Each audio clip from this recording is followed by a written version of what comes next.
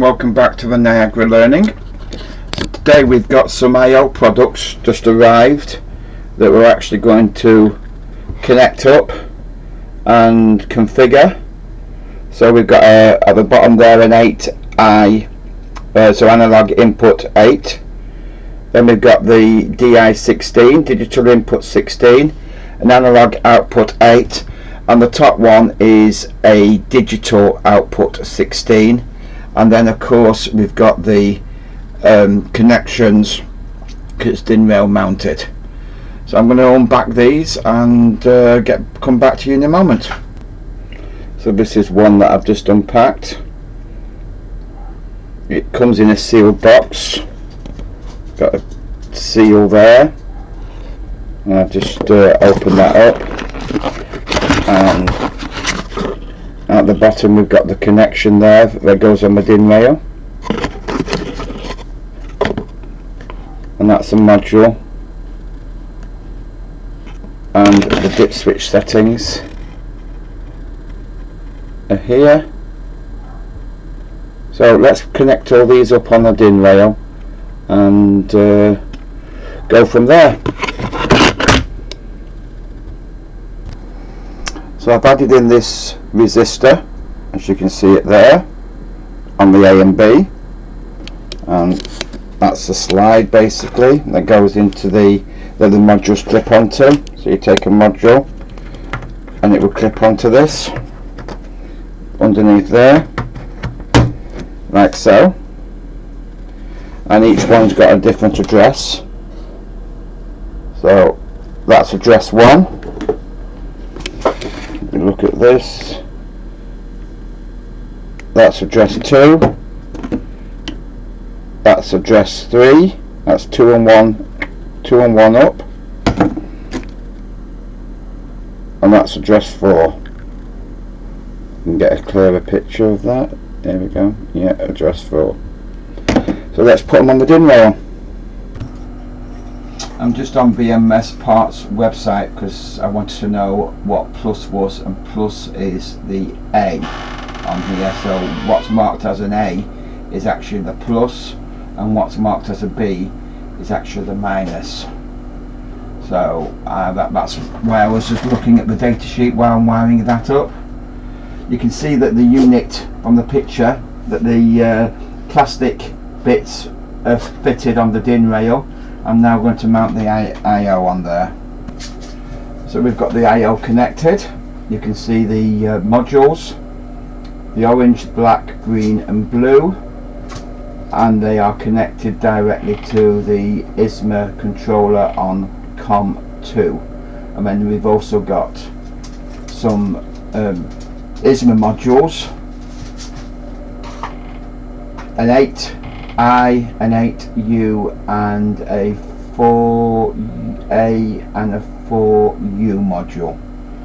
I bought this from BMS Parts. They've got all the modules here. So that's a DI16, and then they've got the terminals, the terminal C, the AI8, DW16, AO8, and there is another one.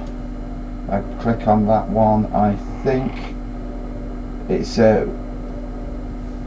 triac.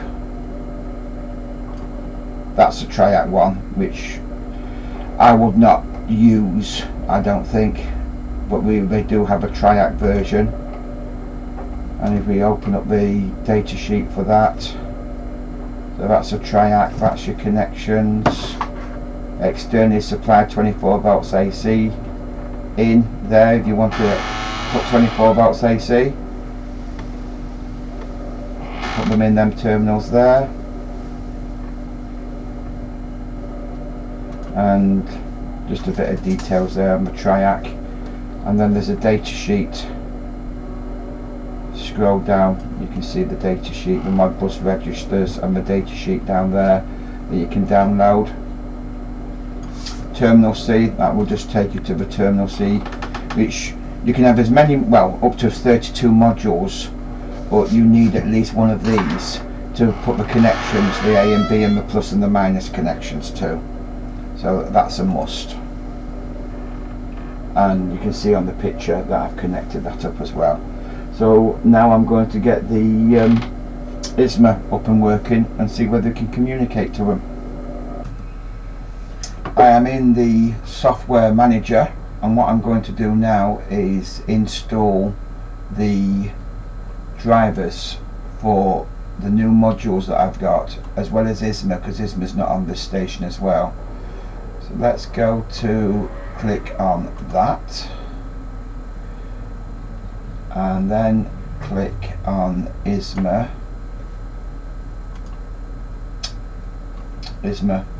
install, and Fidelix IO install. Okay, that's fine, and commit. So that'll be installing them two modules. And now if I go to COM1 and search for the IO module, we need to make a, so we've got a Modbus network already, views, AX property sheet, so we're using COM1 9600, and the other model, that's the iSMA's, that one. I've wired the other one to COM2, views, AX property sheet at 57600. Now these IO modules will automatically pick up the baud rate, that's what they say. So let's bring across an 8i. What was the first one that I did? Let me just check that. That was D16, so digital input 16. So let's bring one of them across. Digital input 16. So if I go Modbus, COM2, and new device, I think I can expand that. There are digital inputs. So DI16, let's bring that across, see what happens.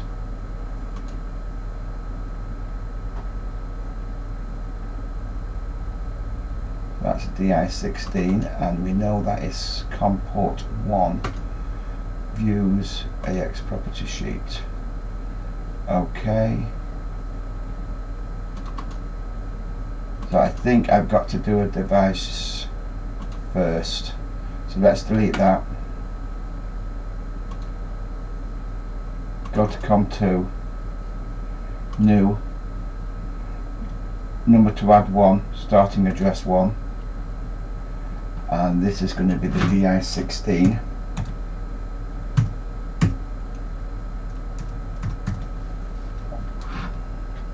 Okay. Now if I expand that, I've got my points there. So let's bring across now just the digital inputs into a folder and put it into the points. I can actually just drop it in there. Should be able to.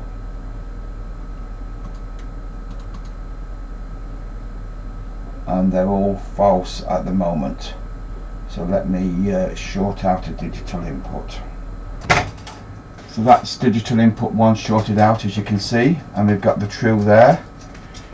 And you can see it shorted out on the picture below.